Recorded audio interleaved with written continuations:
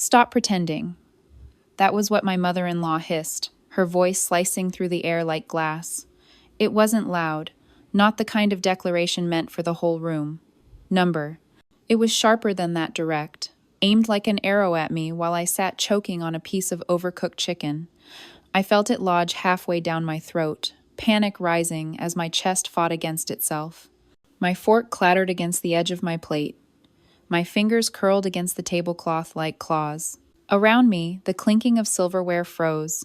Conversations cut mid-sentence, and for a single unbearable beat, it felt as if the entire dining room had turned its head in my direction. And she didn't miss it. My mother-in-law leaned forward, her pearl necklace catching the chandelier light, her lips pursed in that cruel little smile she reserves only for me. Stop pretending, she repeated, this time louder, with just enough emphasis that everyone nearby could hear it. Heat spread across my face. My lungs begged for air, but all I could think was, pretending? Pretending what? Pretending I belonged at this table? Pretending I had earned my place as her son's wife? My vision blurred as the edges of the room began to dim, a suffocating mix of embarrassment and actual lack of oxygen. Then I felt a hand, warm and steady, on my shoulder. My aunt. She leaned in, close enough that only I could hear at first, but her voice, those exact words, would travel farther than she intended. And in that moment, when she whispered into my ear, I knew nothing about this night would end the way my mother-in-law had planned. But before I tell you what she said, let me rewind. Because you need to understand how strange the scene was even before the choking, before the accusation, before my aunt's quiet rebellion. It was a Saturday evening, late enough that the house was glowing under layers of artificial light, too early for anyone to blame the wine for what was about to unfold. The dining room smelled of rosemary, lemon butter, and something faintly metallic like the tension was baked right into the roast. Candles flickered along the length of the polished oak table, their shadows stretching against the wallpaper in nervous little dances. The table had been set for 12, every seat filled with relatives who thought they knew the story of my marriage. On my left, my husband's cousin bent low over his phone, thumbs flying, pretending not to notice the storm brewing. Across from me, my sister-in-law adjusted her silk scarf, as though the fabric itself deserved more attention than I did. My father-in-law, stern and silent as ever, sipped from his wineglass without once looking in my direction. And at the head of the table sat my mother-in-law, regal in her posture, a queen in her own domain. She didn't host dinners. She orchestrated performances. The menu, the seating chart, even the timing of each toast, it was all hers, down to the last detail. When I'd arrived earlier that evening, gift in hand, I thought maybe, just maybe, this time would be different. She'd greeted me with a smile, thin but present, and I convinced myself it was real. I told myself tonight could be warm, maybe even ordinary. A family dinner without daggers hidden in every compliment. Foolish. I should have known better. The first 30 minutes passed almost peacefully. Polite laughter bubbled at the right moments. Stories were exchanged, the kind of safe anecdotes about traffic, the weather, the new bakery downtown, and I let myself relax just a fraction. But then, small things began to surface. A chair slightly out of place. A look that lingered too long. The way she offered seconds of dessert to everyone except me, sliding the tray of lemon tart just out of my reach as if it were an accident. These were the cracks in the evening's performance, fissures I had trained myself to recognize. Still, I tried. I raised my glass when others toasted. I smiled, nodded, played the role of daughter-in-law, as though the script had been handed to me long before I married her son. But under the surface, something churned. And then came the chicken, dry, stringy, the kind you need water to swallow. I'd barely lifted my fork when it caught in my throat, that jagged piece, sharp enough to remind me how fragile a body really is. My chest tightened. My eyes watered. That was when she struck. Stop pretending. The words weren't about the food. They were never about the food. They were a verdict, a label, a reminder to everyone in the room that in her eyes, I was an imposter. Time fractured, a second stretched into an eternity. I remember the chandelier buzzing faintly overhead, the faint hum of the air vent, my own heartbeat pounding like a drum I couldn't silence. My hand clawed at the edge of the tablecloth, my nails catching in the embroidery, and her voice steady, unyielding, cut through the chaos of my body's panic. I thought I might collapse right there, in front of all of them. And maybe that was what she wanted. Maybe she thought if I crumbled in public, it would prove her point. But then came the hand on my shoulder, firm, anchoring. My aunt, the one person in that room who has never looked at me like I was less than. She didn't rush, didn't panic. She simply leaned in, her perfume jasmine and something earthy breaking through the acrid sting of humiliation that clung to me. Her lips moved close to my ear, and though she meant it for me, her words carried farther. Just enough for others to catch, enough to shift the balance of the room. And what she said, those 4 words, were like a match to dry kindling. They would ignite the evening in ways no one could predict. I didn't know it then, as I struggled for breath, but my mother-in-law's grip on this family, on my place in it, was about to crack. Because my aunt didn't just whisper comfort, she whispered truth. And truth, in a room built on pretense, is more dangerous than silence. So when she spoke, the entire table changed. Heads turned, forks paused midair. My mother-in-law's smile faltered. Just slightly, but enough for me to see it, the flicker of fear behind her eyes. I'll tell you exactly what she said soon. But first, you need to know, those words didn't just save me that night. They exposed something far deeper, something my mother-in-law never wanted anyone else to see. And once truth slips into a room like that, it doesn't leave quietly. I should tell you what the room looked like before everything cracked open, because it wasn't chaos at first. It was almost beautiful. The dining room glowed under soft light from the chandelier overhead, golden and warm, like it belonged in a glossy magazine spread. The oak table stretched long and proud, draped with a cream linen cloth pressed so flat you could almost see your reflection in it. Crystal glasses caught the candlelight, flickering like tiny stars. Silverware lined up in military precision, each fork and knife perfectly parallel. From the kitchen, waves of roasted garlic and rosemary floated in, blending with the lemon tang of freshly polished wood. If a stranger had walked in, they might have thought this was a family united. Smiles, small laughter, the clink of glasses. It all looked so ordinary, even inviting. Seated around me were the familiar cast of my husband's family. My sister-in-law, Jenna, in her beige silk scarf, adjusted it like it was the main character at the table. She had a habit of smoothing the edges with her thumb and forefinger, a nervous tic disguised as elegance. Across from her, Uncle Martin scrolled through his phone beneath the tablecloth, pretending he wasn't Etz. His glasses slid down his nose every few seconds, and he'd push them up without looking away from the glowing screen. My father-in-law, ever the statue, nursed his wine in silence. He sipped slowly, his face unreadable, his eyes anchored firmly on the glass instead of me. I used to think he was neutral, caught between his wife's sharpness and the rest of us. But over time, I realized silence was its own weapon. He didn't need to attack. His refusal to defend spoke volumes. And then there was my mother-in-law, Margaret, orchestrator of the evening. Her pearl necklace gleamed with each tilt of her chin. She wore authority like a second skin, every movement measured, deliberate. When she raised her hand to summon Jenna to pass the bread basket, it was like watching a conductor cue a violin section. Nobody ever questioned her timing. Nobody except me. At least, that's how she saw it. When I first sat down, I thought ridiculously that maybe this would be the night things felt normal. My husband had told me earlier in the week that his mom was trying to make an effort, that maybe she just needed time to adjust, that if I gave her grace, she'd come around. He wanted me to believe it. I wanted to believe it too. So when she greeted me at the door with a smile, not warm, but not hostile, I took it as a small victory. I stepped inside with the lemon tart I'd baked, set it carefully on the counter, and told myself this would be fine. We'd eat, we'd talk, we'd pretend like we were a family that worked. But the signs started early, little cracks slipping through the polished veneer.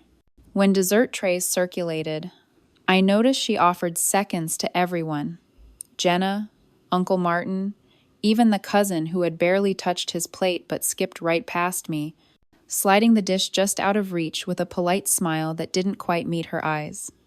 When she asked Jenna about her new job at the law firm, she beamed with maternal pride. When she turned to me, her voice dropped half an octave, a deliberate coolness as she asked about the little projects I'd been working on. She knew full well I was managing 2 accounts at the marketing firm, accounts big enough to keep me up past midnight. But to her, it was always little projects, as if reducing my work to something trivial could shrink me down too. And yet, despite it all, I held on to hope. I laughed at the jokes, I nodded at the stories, I even reached across the table to refill her glass when the bottle was within my arm's length. That's what made what came later sting so deeply. I wasn't walking into that dinner expecting a fight. I was walking in expecting peace. But peace never lasts long in her world. Looking back now, I can see the clues I missed. The way she arranged the seating chart me pressed between Jenna and Uncle Martin, with no clear line of sight to my husband, who sat diagonally across. The way she paused just a fraction too long before thanking me for bringing dessert, as though she had rehearsed withholding genuine gratitude. Even the faint smile she gave when I coughed into my napkin the first time, it wasn't sympathy, it was anticipation. I should have known, I should have seen it, but I didn't. Instead, I convinced myself that the faint hum of tension in the air was just my imagination, that the polite silences weren't weapons, that the tiny barbs in her compliments were accidents. And so, I settled into my chair, trying to breathe through it all, sipping my water as if that would wash away the feeling that I was a guest in a place I should have belonged. If I could go back, I'd tell myself this: you weren't paranoid. The room really was tilting against you. Because when the storm finally came, when I choked, when she leaned in, when she hissed, "Stop pretending," it wasn't spontaneous cruelty. It was the inevitable outcome of an evening, carefully constructed, one subtle jab after another, designed to push me right to that edge. And when my aunt leaned close and whispered her truth into the silence, it wasn't just a rescue. It was a spark, dropped into a room already soaked in fuel. What I didn't realize then was that this dinner wasn't just another skirmish in a long war. It was the night the war lines redrew themselves. And my mother-in-law didn't see it yet, but she would. This dinner wasn't the first time Margaret tried to corner me. It wasn't even the 10th. If anything, it was the most predictable chapter in a book she's been writing since the day I married her son. The truth is, Margaret has always had a gift for disguising cruelty as tradition, for wrapping her disdain in polite smiles and half compliments. Outsiders never see it. To them, she's gracious, refined, a woman who knows how to host, how to guide, how to hold the family together. But when the doors close, when the audience is gone, she sharpens her words like knives. I learned that the hard way. The first time she made me feel like an intruder was at my own wedding reception. It should have been a night of joy, a night where families blended and new bonds began. Instead, it was the night she reminded me that I was stepping onto her stage. She gave a toast, glass raised high, and thanked the guests for celebrating her son's big leap.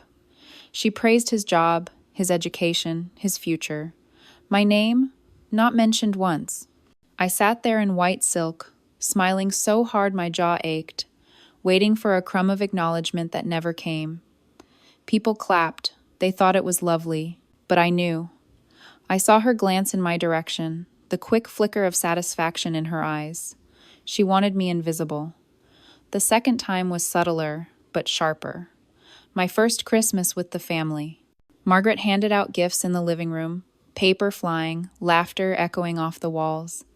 Everyone had something personal, thoughtful, wrapped with bows.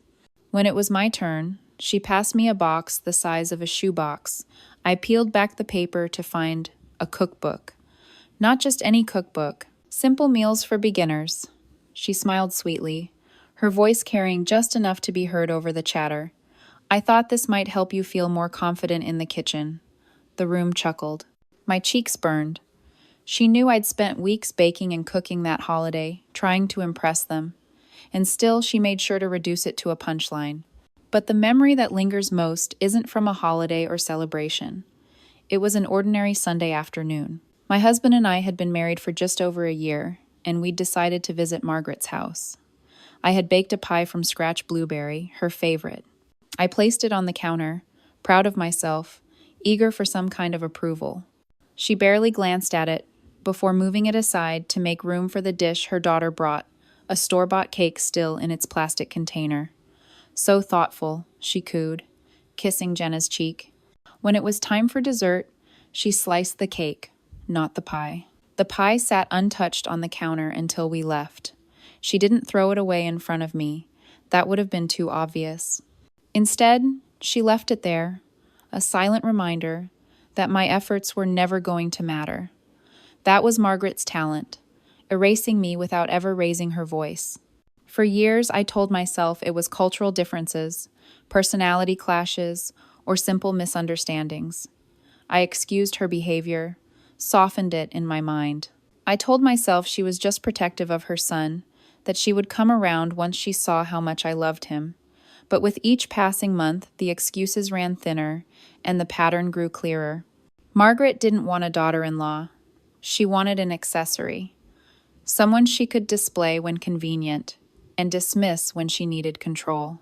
My aunt saw it too. She's been my quiet ally since the beginning, slipping me reassuring smiles across crowded rooms, pulling me aside to remind me I wasn't crazy.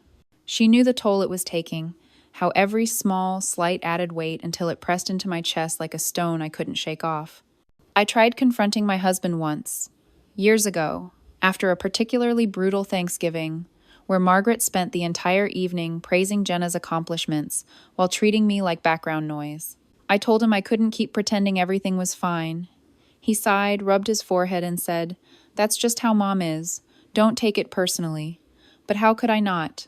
When the erasure was deliberate, calculated, by the time of that dinner, the night she snapped at me to stop pretending, I carried years of these wounds beneath my skin.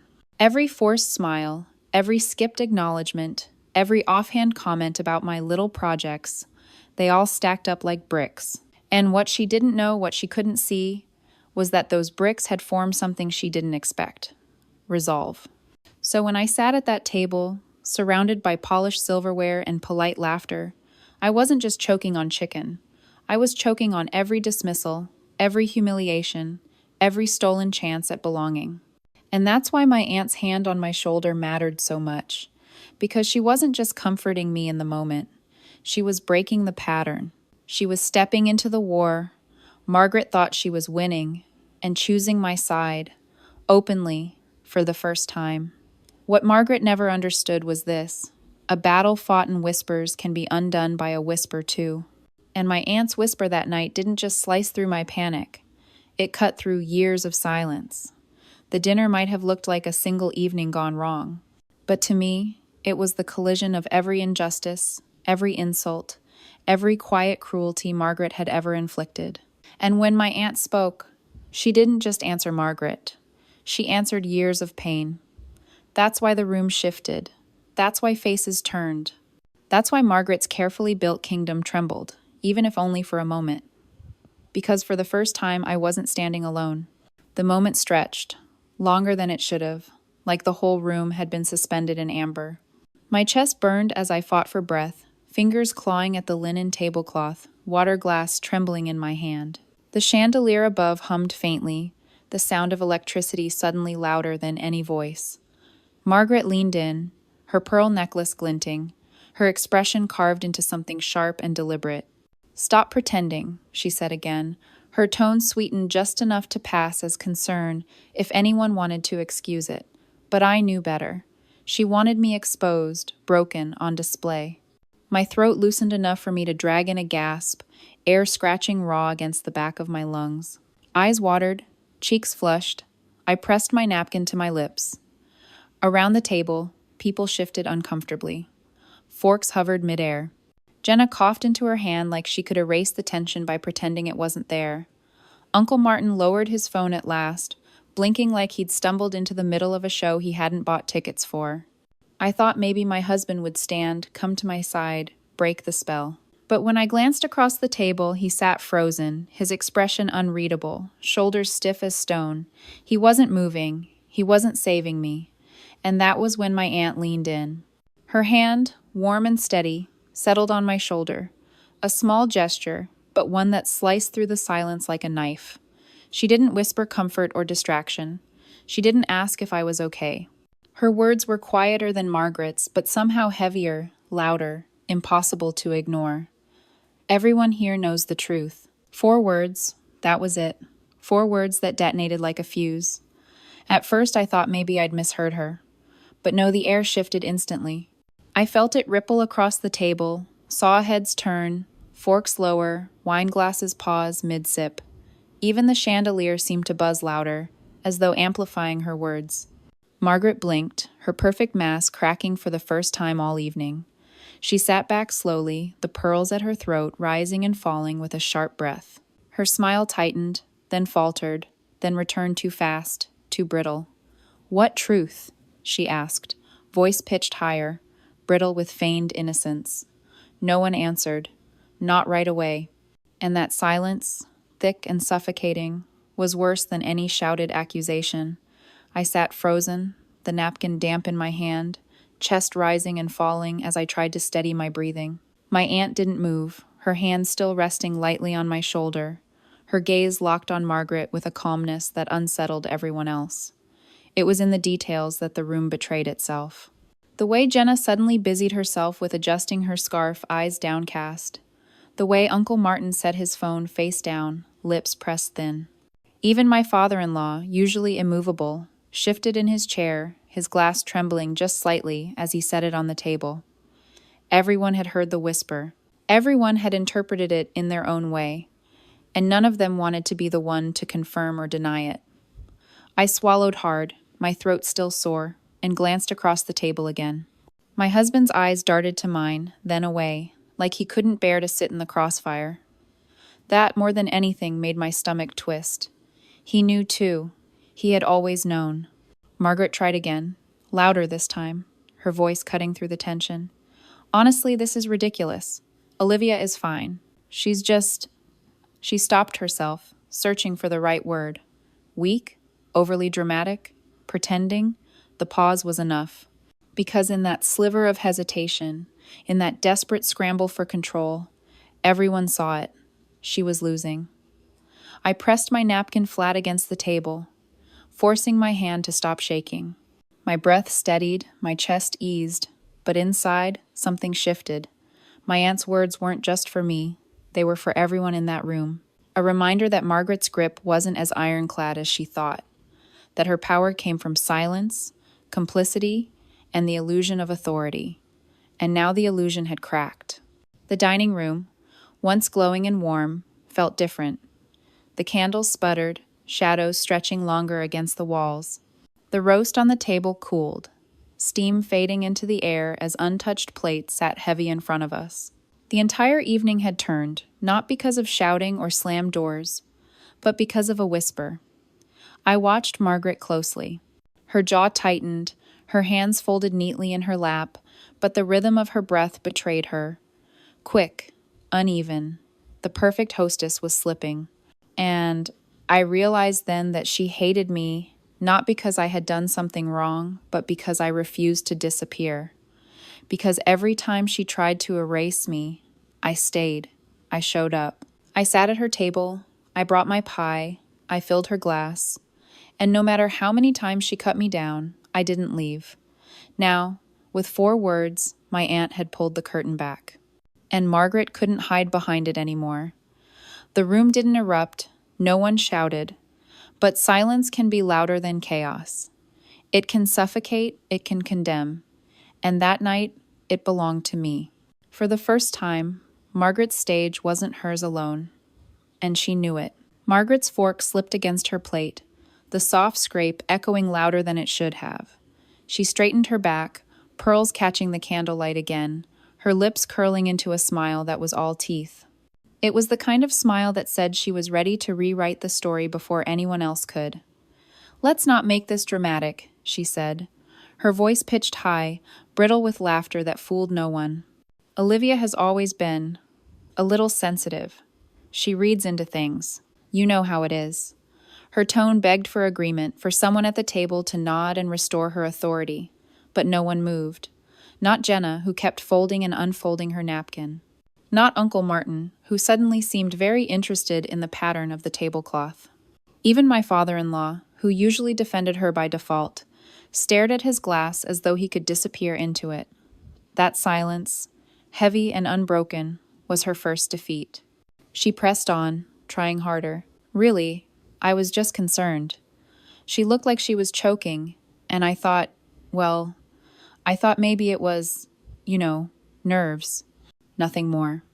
Her words floated in the air, flimsy and transparent. She wanted to twist the moment into something harmless, to paint herself as the caring matriarch. But the longer she spoke, the more obvious it became. Nobody believed her. I felt my hands steady against the table. The panic in my chest eased, replaced by something firmer, colder. For years, I had swallowed her barbs, smiled through her dismissals, let her shape the narrative. But not tonight, not after my aunt's whisper cracked the silence wide open. I folded my napkin, placed it neatly beside my plate, and lifted my gaze to meet hers. My voice came out calm, almost too calm.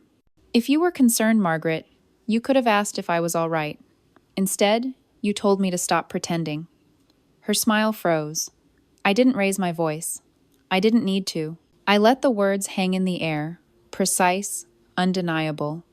And for the first time, I saw something flicker in her eyes. Not confidence, not triumph, but fear. Jenna shifted in her seat, glancing between us like she wasn't sure which way to lean. My father-in-law cleared his throat, but no words followed. The weight of the moment pressed harder, making every sound sharper: the tick of the clock in the hallway, the faint drip of condensation sliding down a wine glass. Margaret tried again, softer this time. You're misunderstanding me. But I shook my head. Number I've understood perfectly for years. Every skipped thank you, every little project, every time you made sure I knew I wasn't enough. I've understood all of it. The words poured out, not angry, but deliberate. Each one a stone laid neatly into place. I wasn't raising a storm. I was building a wall, one she couldn't climb. Across the table, my aunt leaned back in her chair, her hand leaving my shoulder at last, as though passing me the torch. She didn't need to speak again. Her job was done. Margaret's laugh cracked then, brittle and hollow. Oh, Olivia, you always take things so seriously. Family dinners are supposed to be lighthearted. Family dinners, I repeated, my voice still steady, are supposed to make everyone at the table feel like family. That landed. Hard. I could feel it in the shift of the room, the way shoulders straightened, the way eyes darted toward her and then away, because everyone knew what I meant, and no one was willing to defend her anymore. My husband finally stirred, his fork clinking against his plate as he set it down. He didn't speak, not yet, but the look he gave his mother said enough. He wasn't going to rescue her this time. For a heartbeat, no one moved. The roast on the table cooled further, candles burning low, shadows stretching longer across the walls, and in that silence, Margaret's empire cracked just a little more. I took a sip of water, set the glass down gently, and looked directly at her. I've been pretending for years, pretending your barbs don't sting, pretending your silence doesn't weigh on me, pretending I belong here when you've made it clear I don't. But tonight, my hand tightened against the edge of the table. Tonight, I stopped pretending too. Her breath hitched. She blinked once, twice, her carefully composed mask slipping as the words settled into the air. She opened her mouth to answer, but no sound came out. For once, Margaret, the woman who always had the last word, sat silent. The quiet was electric. The chandelier hummed above, the clock ticked on, but no one dared break the moment. It was mine. And in that silence, I saw it. The realization dawning in her eyes that she had lost the one thing she valued most, not control, not power, but her audience, because the family wasn't looking at her anymore. They were looking at me. I sat still, the napkin folded neatly by my plate, my hands finally steady. The silence wasn't suffocating anymore. It felt different now, charged, like the room itself was holding its breath. Margaret's eyes darted around the table, searching for anyone to step in, to hand her back the control she had always assumed was hers. But no one moved. Jenna kept her gaze fixed on her scarf, smoothing it over and over until the fabric puckered. Uncle Martin pretended to study the wine bottle label, as though it were the most fascinating piece of literature he'd ever encountered. Even my father-in-law, who had built his entire identity on silence, avoided her eyes. It was clear she stood alone. Margaret tried to recover, to lift her chin and smile again, but it was brittle. The confidence that once filled her voice had vanished. She opened her mouth, perhaps to change the subject, perhaps to laugh it all off, but the weight of the moment hung too heavy. No one was willing to play along this time. My aunt finally withdrew her hand from the back of my chair. She didn't say another word she didn't need to. Her small whisper earlier had already split the evening in two.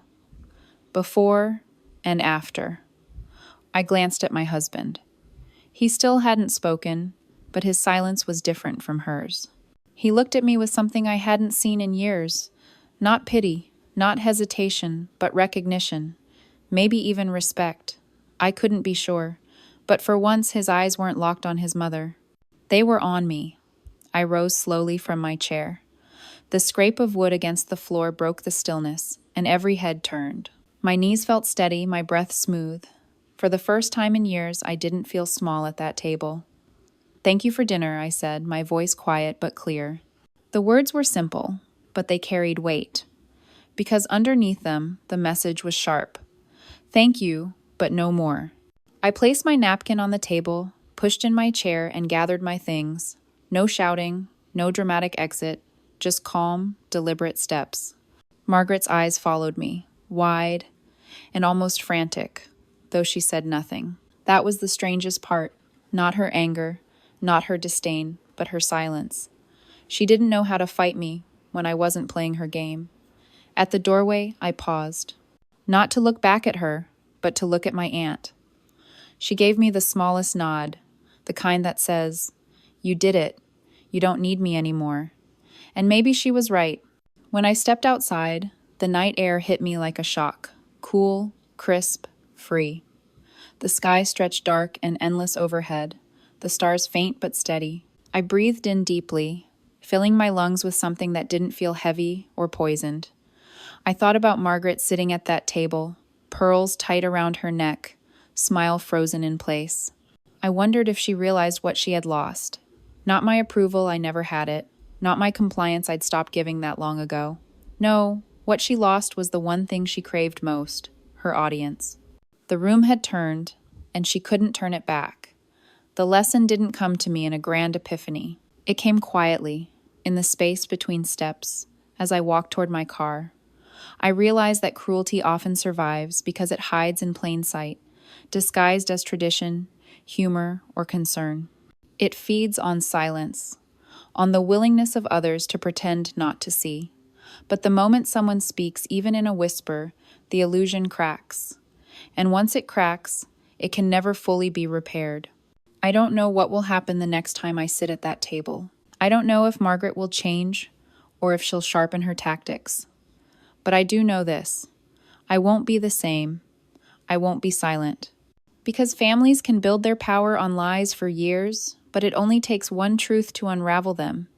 And sometimes, that truth doesn't need to be shouted. It just needs to be said.